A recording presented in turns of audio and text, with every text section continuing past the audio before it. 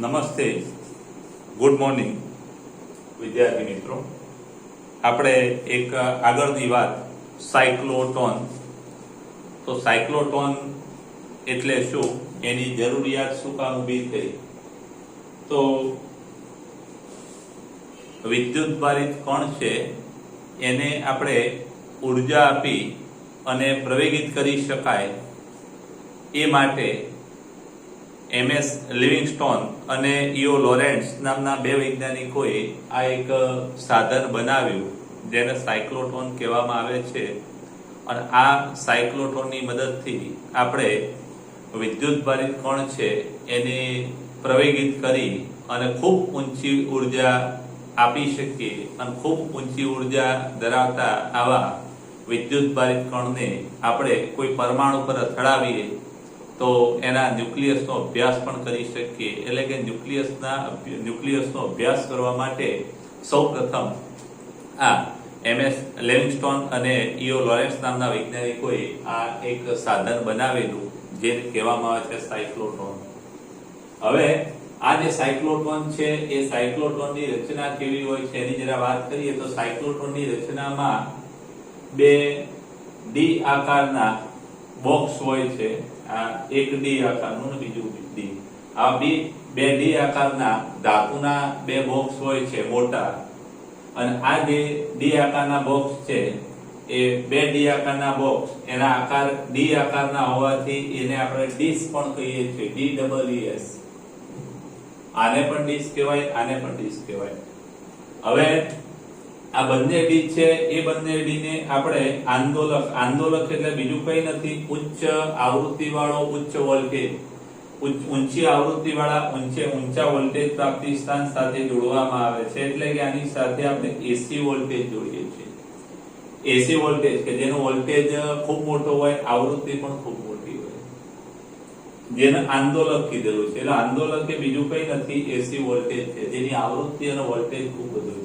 એટલે આ બંને ડીને ઊંચી આવૃત્તિ વાળા ઊંચા વોલ્ટેજ સાથે જોડેલા હોય છે અને એમાં એવું ચુંબકીય ક્ષેત્ર લગાડવામાં આવે છે. ચુંબકીય ક્ષેત્ર આ ડી નું જે સમતલ છે એ સમતલને લંબ રૂપે લગાવવામાં આવે છે. અહીંયા સમતલને લંબ બહાર આવતું ચુંબકીય ક્ષેત્ર છે એ ટપકાના ચિહ્ન વડે દર્શાવ્યું છે. એટલે આ બંને ડી ના બોક્સ છે એમાં જે ચુંબકીય ક્ષેત્ર લાગુ પાડવામાં આવે છે કેવું હોય છે કે એના સમતલે લંબ. અને આ ચુંબકીય ક્ષેત્ર લાગુ પાડવા માટે શેનો ઉપયોગ થાય છે કે ઇલેક્ટ્રોમેગ્નેટ ની મદદથી આમાં પ્રબળ ચુંબકીય ક્ષેત્ર બે બાજુ લાગુ પાડવામાં આવે છે. અને આ સમગ્ર રચના છે એ સમગ્ર રચનાને શૂન્યાવકાશમાં રાખવામાં આવે છે. શૂન્યાવકાશમાં એટલા માટે કે વિદ્યુત ભારિત કણ ગતિ કરતો હોય ત્યારે આ વિદ્યુત ભારિત કણ અને હવાના અણુઓ સાથે સંભવિત અથડામણો આપણે નિવારી શકીએ. એટલે કે હવાના અણુઓ સાથે આ વિદ્યુત ભારિત કણ ગતિ કરતો હોય ત્યારે કોઈ અથડામણ થઈ ના શકે એ માટે આખી રચના છે એને શૂન્યાવકાશી ચેમ્બરમાં વેક્યુમમાં રાખવામાં આવે છે. શૂન્યાવકાશ એટલે અંદર કોઈ જ અવકાશ હોય નહીં, નિર્વાત કરી નાખવામાં. અચ્છા, હવે આ જે વાત હતી એની રચનાની. હવે આ જે સાધન છે એ કઈ રીતે કામ કરે તો એ કામ એની કાર્ય પદ્ધતિમાં આ બિંદુ પહેલા તો આપણે વાત કરીએ અને બંને ડી ને આપણે આંદોલક એટલે કે વિદ્યુત એસી વોલ્ટેજ સાથે જોડેલ છે અને એસી વોલ્ટેજના કારણે વિદ્યુત ક્ષેત્ર બદલાતું હશે. પણ ખાસ યાદ રાખજો આ ધાતુના બે બોક્સ છે અને ધાતુના અંદરના વિસ્તારમાં કોઈ જ વિદ્યુત ક્ષેત્ર હોતું નથી. એટલે આ જે બોક્સ છે એ બોક્સના અંદરના વિસ્તારમાં કોઈ જ વિદ્યુત ક્ષેત્ર છે નહીં, પણ આ બંને બોક્સની વચ્ચે જે ગેપ છે એ ગેપના અંદર વિદ્યુત ક્ષેત્ર હોય છે. એટલે બંને ડીના અંદરના વિસ્તારમાં કોઈ વિદ્યુત ક્ષેત્રનો પ્રભાવ હોતો નથી, પણ ચુંબકીય ક્ષેત્ર હોય છે. ચુંબકીય ક્ષેત્ર માટે એવું નથી હોતું કે ભાઈ વાહકમાં ચુંબકીય ક્ષેત્ર ના હોય, એના અંદરના વિસ્તારમાં માત્ર ચુંબકીય ક્ષેત્ર હોય છે. એટલે વિદ્યુતભારની ગતિ મોટે ભાગે આ ડી માંથી થતી હોય છે. ખાસ ધ્યાન રાખજો ગેપ તો ખૂબ નાની છે. એટલે વિદ્યુતભારિત કણ આમ ફરતો જાય તો મોટા ભાગની ગતિ આ બે ડી માંથી પસાર થશે. એટલે મોટા ભાગની ગતિ આ બે ડી માંથી છે. એટલે મોટા ભાગની ગતિ એ ચુંબકીય ક્ષેત્રમાં કરે છે. ખૂબ નાની ગતિ એ આ બે ડી વચ્ચેના વિસ્તારમાંથી કરે છે. હવે જરા આની કાર્ય પદ્ધતિ જરા સમજીએ. તો ધારો કે જે વિદ્યુતભારિત કણને અથવા આયનને આપણે પ્રવેગિત કરવું છે એને આ બે ડી વચ્ચેની જે ગેપ છે એમાં બિંદુ P આગળ એને શું કરવામાં આવે છે? મુક્ત કરવામાં આવે છે, અહીંયા મૂકવામાં આવે અથવા ત્યાં છોડવામાં આવે.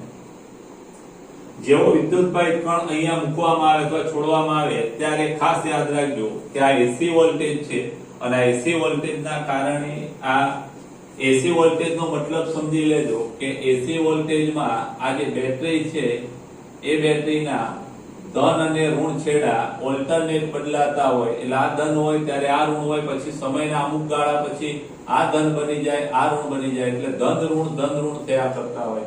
એટલે આપણે એમ કહી શકીએ કે જેવો અહીંયા P વિદ્યુતભારિત કણ ધારો કે ધન છે એ અહીંયા છોડવા મુક્ત કરવામાં આવે અથવા તો છૂટો પાડવામાં આવે એટલે તરત જ અહીંયા એસી વોલ્ટેજના કારણે કોઈ એક દિશામાં વિદ્યુત ક્ષેત્ર હશે. આપણને ખબર નથી કઈ દિશામાં છે, પણ માનો કે આ બાજુ બેટરીનો આ બાજુનો છેડો ઋણ છે અને આ બાજુનો છેડો આ બાજુનો છેડો ધન છે અને આ બાજુનો છેડો ઋણ છે, તો અહીંથી જે વિદ્યુતભારિત કણ ઉત્પન્ન થયો હશે એ આ દિશામાં ગતિ કરશે.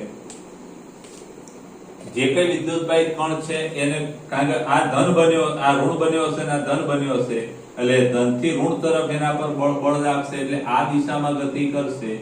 કેમ એનો ગતિમાં વર્તુળાકાર બન્યો? કારણ કે એમાં બાજુ ચુંબકીય ક્ષેત્ર પણ લાગુ પાડેલું છે અને ચુંબકીય ક્ષેત્રમાં આપણે એવું ભણી ગયા કે ચુંબકીય ક્ષેત્રમાં જ્યારે વિદ્યુતભારિત કણ ગતિ કરે ત્યારે v ક્રોસ b વેગ આ દિશામાં છે અને b આમ છે.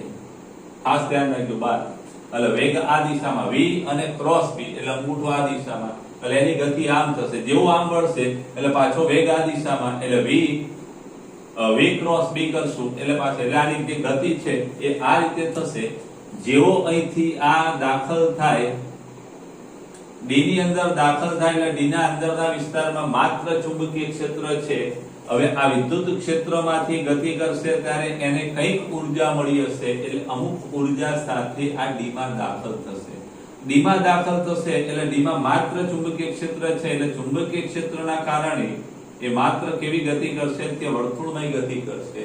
અને વર્તુળમય ગતિ કરી અને અર્ધ વર્તુળ પૂરું કરી અને એ ડી માંથી બહાર આવશે. હવે ખાસ ધ્યાન રાખજો કે એક આખું પરિભ્રમણ પૂર્ણ કરે તેના માટે લાગતા સમયને આવર્તકાળ કહેવાય.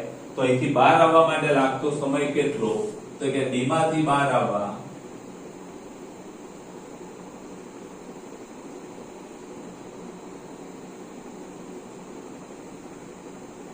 લાગતો સમય એ કેટલો થશે? તો કે આવર્તકાળ કરતા અડધું મૂલ્ય. જે કેપિટલ એ શું છે તો કે સાયક્લોટોન નો આવર્તકાળ છે. સાયક્લોટોન નો આવર્તકાળ.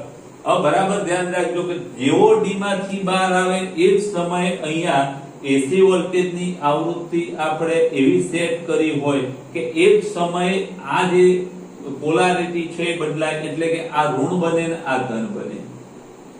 અને માટે જેવો બે ડી ના અવકાશમાંથી પસાર થાય ગેપમાંથી, એટલે આ વિદ્યુત ક્ષેત્રના કારણે એને શું મળશે? ઊર્જા મળશે.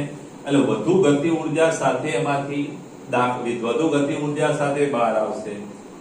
ડી માં દાખલ થશે અને ડી માં દાખલ થશે એટલે પાછો વર્તુળાકાર ગતિ કરશે, અર્ધ વર્તુળાકાર પૂરું કરી અને બીજી ડી માંથી બહાર આવશે. જેવો ડી માંથી બહાર આવે એટલે એ જ સમય પાછા અહીંયા પોલારિટી બદલાઈ જશે. પોલારિટી બદલાઈ જશે એટલે ઋણ થશે ને ધન થશે. અને માટે અહીંથી બે ગેપમાંથી પસાર થશે એટલે શું થશે કે વધારાની ઊર્જા મેળવશે અને વધુ ઊર્જા સાથે અને વધુ વેગમાન સાથે સામેની ડીમાં દાખલ થશે. અને આવી રીતે આ વિદ્યુતભારિત કણ આમ ગતિ કરતો જ્યારે આ બંને આ જે ડી છે ડી ના પરિઘ પર આવશે ત્યારે એની ત્રિજ્યા છે એ મહત્તમ હશે અને ગતિ ઊર્જા પણ મહત્તમ હશે. હવે ખાસ જરા ધ્યાન રાખજો કે આપણે એવું ભણી ગયા કે જરૂરી કેન્દ્રગામી બળ છે mv² ભાગ્યા r =qvd. ચુંબકીય બળ છે એ કેન્દ્રગામી બળ પૂરું પાડે અને માટે આના પરથી એમ કહી શકાય કે વેગ v શું થાય તો qb, અહીંયા વેગનો વર્ગ અને v ઉડી જશે, છેદ qb r ભાગ્યા m. આવી ઝડપ થાય. ખાસ ધ્યાન રાખજો આ ઝડપનું સૂત્ર છે આના પરથી વર્તુળ માર્ગની ત્રિજ્યાનું સૂત્ર શું થાય કે વર્તુળ માર્ગની ત્રિજ્યા r બરાબર mv ભાગ્યા qb. ખાસ ધ્યાન રાખજો, mv એટલે વેગમાન p ભાગ્યા qb. આગળ ભણી ગયા આપણે. એટલે કે વર્તુળ માર્ગની ત્રિજ્યા વેગમાન એટલે કે વેગ એટલે કે ગતિ ઊર્જા, કારણ કે ગતિ સાથે સંકળાયેલી ઊર્જા એટલે ગતિ ઊર્જા. એટલે વર્તુળ માર્ગની ત્રિજ્યા ગતિ ઊર્જા પર આધાર રાખે છે. પણ આનો જે આવર્તકાળ છે એ આવર્તકાળ છે એ વેગમાન અથવા તો ગતિ ઊર્જા કે ત્રિજ્યાથી સ્વતંત્ર છે. અને ગતિ ઊર્જા કે ત્રિજ્યાથી સ્વતંત્ર હોવાથી આપણે આ એસી વોલ્ટેજની આવૃત્તિ છે એ કેટલી રાખવી પડે કે એસી વોલ્ટેજની આવૃત્તિ ન્યુ એ ન્યુ સાયક્લોટોન એટલે કે આના પરિભ્રમણની આવૃત્તિ.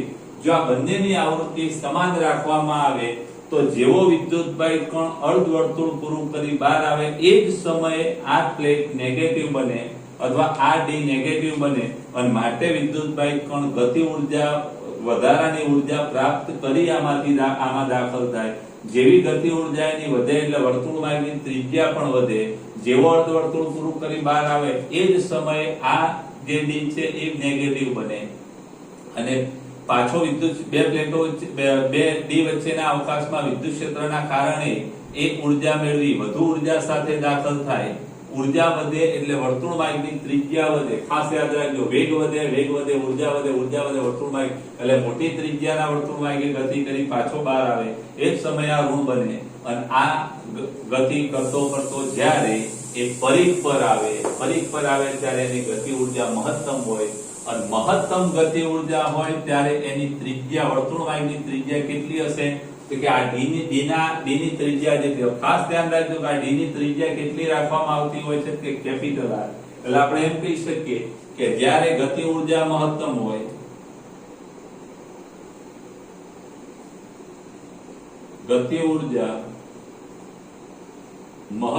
હોય તો R બરાબર શું થશે તો કે R is equal two capital R થાય, જ્યાં R એ આ ડી ની ત્રિજ્યા છે અને માટે એની મહત્તમ ગતિ ઊર્જા 1/2 mv² કેટલી થાય તો કે મહત્તમ ગતિ ઊર્જા 1/2 m v કેટલા કે qb r ભાગ્યા નો એટલે કે 1/2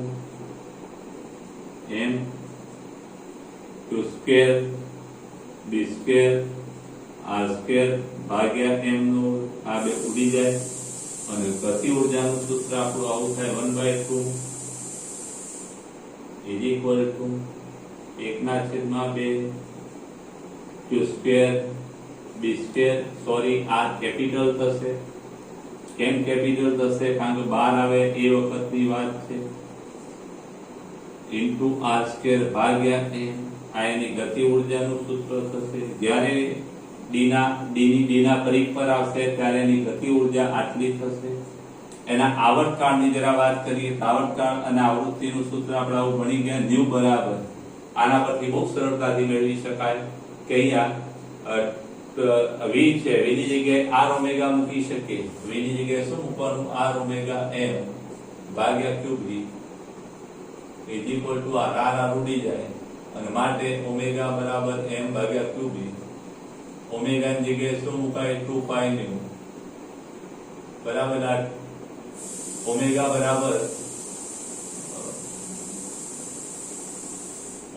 બરાબર qb by m sorry qb by m થશે અને માટે આ 2π અહીંયા આવશે. એટલે આના પરથી આવૃત્તિનું સૂત્ર આવું થશે qb ભાગ્યા m ઇન્ટુ 2π અને આવર્તકાળ t is equal to 2π m ભાગ્યા 2b. એટલે સાયક્લોટ્રોનમાં આ બે સૂત્રો બહુ મહત્વના. ખાસ ધ્યાન રાખજો, v નથી ન્યુ છે. હવે આમાં જે આવૃત્તિ છે, આવૃત્તિ ગતિ ઊર્જા પર આધાર રાખતી નથી, આવર્તકાળ પણ ગતિ ઊર્જા પર આધાર રાખતો નથી.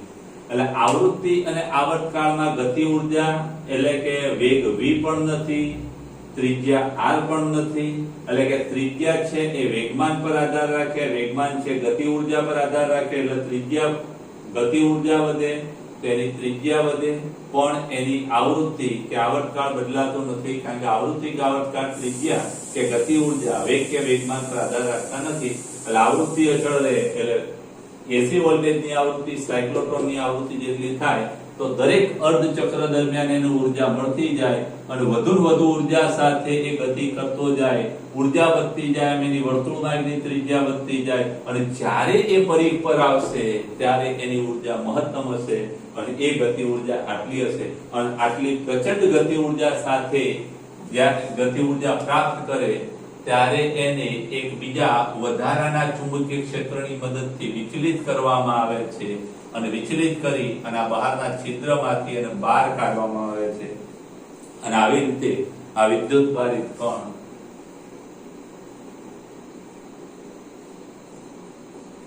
આવી રીતે આપણે એને બહાર કાઢવામાં આવે છે. અને આ ખૂબ જ ઊંચી ઉર્જા ધરાવતો જે વિદ્યુતભારિત કણ છે એને કોઈ દ્રવ્ય સાથે અથવા યોગ્ય ટાર્ગેટ પર એને શું કરવામાં આવે છે, પ્રતાડિત કરવામાં આવે છે. અને એ ટાર્ગેટ પર જ્યારે આવી ઊંચી ઉર્જા ધરાવતો વિદ્યુતભારિત કણ પ્રતાડિત કરવામાં આવે ત્યારે એ દ્રવ્યના પરમાણુ નહીં પર પરમાણુના છેક ન્યુક્લિયસ સુધી પણ એ પહોંચી શકે છે. જે ન્યુક્લિયસમાં કુલંબી અપાકર્ષણ બળ લાગતું હોય છે અને આવા કુલંબી અપાકર્ષણ બળનો સામનો કરી પણ એ વિદ્યુતભારિત કણ છેક ન્યુક્લિયસ સુધી પહોંચી શકે છે. અને ન્યુક્લિયસના બંધારણનો અભ્યાસ કરવા માટે આનો ઉપયોગ થાય છે. ખાસ ધ્યાન રાખજો, આ સાયક્લોટ્રોનમાં આ એસી વોલ્ટેજની આવૃત્તિ કેટલી હોય કે સાયક્લોટ્રોનની આવૃત્તિ જેટલી, આવર્તકાળ, આવૃત્તિ, ત્રિજ્યા, એ બધા સૂત્રો આપણે આગળ એક થિયરીમાં ભણી ગયા છીએ. એટલે એ સૂત્રો તો કોમન છે. આ ખાસ ગતિ ઉર્જાનું સૂત્ર તમે યાદ રાખજો કે સાયક્લોટ્રોનમાં વિદ્યુતભારિત કણની ગતિ ઉર્જાનું સૂત્ર મેળવો તો આ સૂત્ર મેળવતા તમને ખાસ આવડવું જોઈએ. પછી વિદ્યુતભારિત કણ કેટલા સમયગાળા પછી ઉર્જા મેળવે તો આવર્તકાળના અર્ધ ચક્ર દરમિયાન, અડધા આવર્તકાળ જેટલા સમયગાળા દરમિયાન એને પાછી ઉર્જા મળે. કોના કારણે મળે? આંદોલકે. આંદોલકે બીજું કંઈ નથી તો શું છે કે એસી વોલ્ટેજ છે, ઉચ્ચ આવૃત્તિ અને ઉચ્ચ વોલ્ટેજ, બરાબર, અથવા ઊંચા વિદ્યુત દબાણ અને ઊંચી આવૃત્તિ વાળું એસી વોલ્ટેજ છે. હવે આ સાયક્લોટ્રોનની રચના આ તમારે સ્ક્રીનશોટ લઈ લેજો. આ સૂત્રો ખાસ તમે યાદ રાખજો અને આ વિડિયો લેક્ચર 2-3 વાર સારી રીતે સાંભળી લેજો.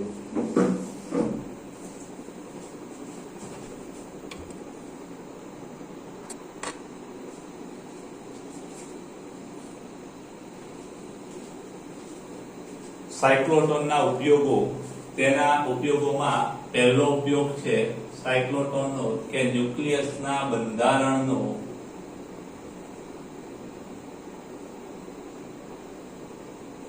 અભ્યાસ કરવા.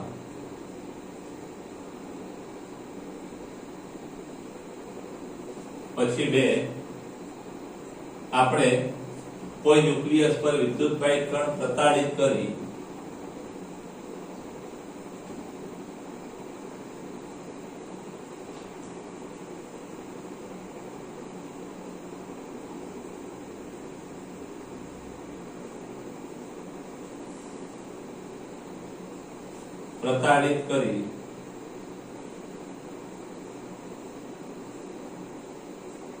ને ન્યુક્લિયર પ્રક્રિયાઓ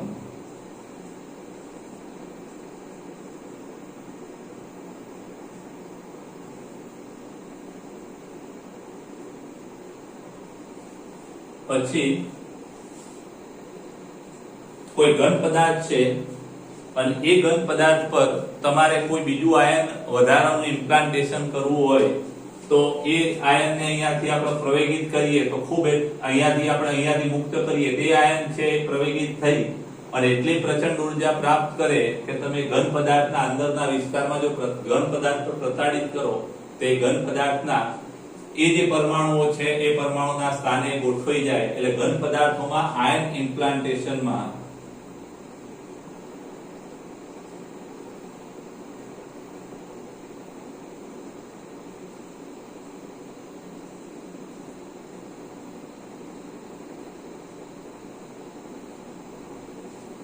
અને ચોથો કે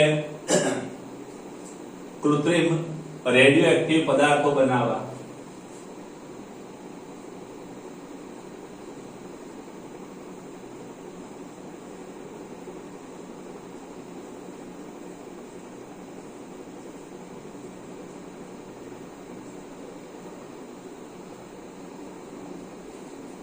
આ જે કૃત્રિમ રેડિયોએક્ટિવ પદાર્થો છે એ ખાસ મેડિકલ ક્ષેત્રમાં એનો ઉપયોગ થતો હોય છે કેન્સરની ગાંઠના સારવાર માટે.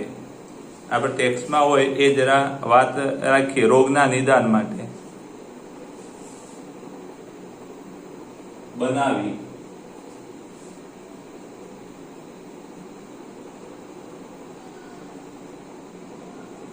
નિદાન અને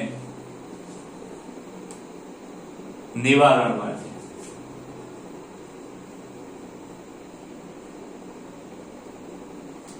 આટલા 4 જરા ઉપયોગો છે. કદાચ સાયક્લોટ્રોનના ઉપયોગો જણાવો કે 2 માર્ક્સમાં પૂછાતો સરસ પ્રશ્ન છે. આ તમારે તૈયાર કરી જ નાખવાનો.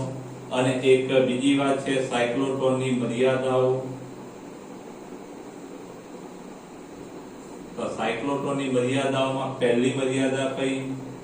તો પહેલી મર્યાદા એ કે આ બંને ડી છે એ ખૂબ મોટા હોય છે. આ બંને ડી આકારના જે બોક્સ છે ખૂબ મોટા છે. એટલે આટલા મોટા વિસ્તારમાં સમાન ચુંબકીય ક્ષેત્ર આપણે લાગુ પાડવું એ અશક્ય છે. એટલે બંને ડી મોટા હોવાથી ડી આકારના બોક્સ મોટા હોવાથી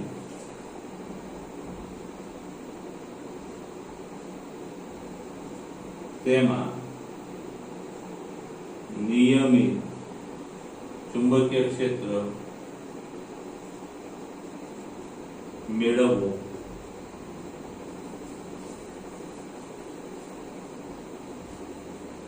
લાગુ પાડવું મુશ્કેલ છે. પછી બીજી વાત કે ઇલેક્ટ્રોન જેવા હલકા કણોને પ્રવેગિત કરી શકાતા નથી.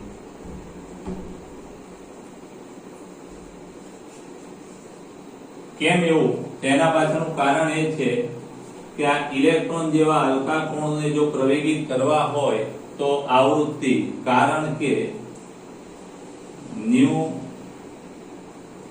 એ બરાબર ગીગાહર્ટ્ઝ. ન્યુ એ લગભગ કયા ક્રમની હોવી જોઈએ? તો કે ગીગાહર્ટ્ઝ ની.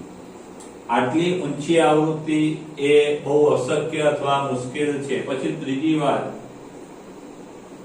કે આ વિદ્યુતભારિત કણને આપણે પ્રવેગિત કરીએ તેનો વેગ છે એ આપણે પ્રકાશના વેગ જેટલું મેળવી નથી શકતા. જો વેગ કણનો વેગ પ્રકાશના વેગની નજીક જાય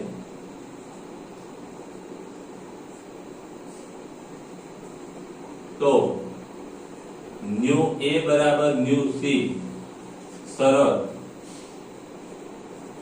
જળવાતી નથી.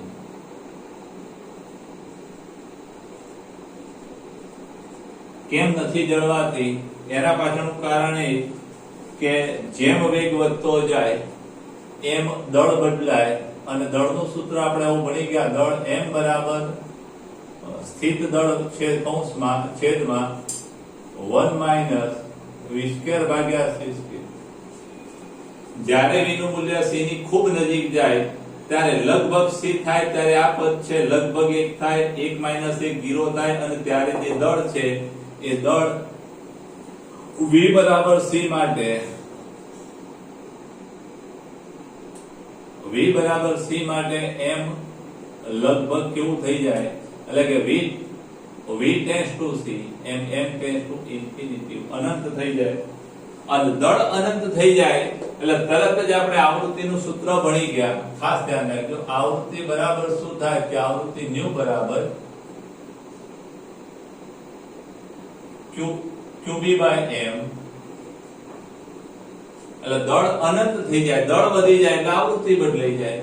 અને સાયક્લોટ્રોનની આવૃત્તિ બદલાઈ જાય તો એ એસી વોલ્ટેજની આવૃત્તિ કરતા બદલાઈ જાય. એટલે આ શરત પડાય નહીં.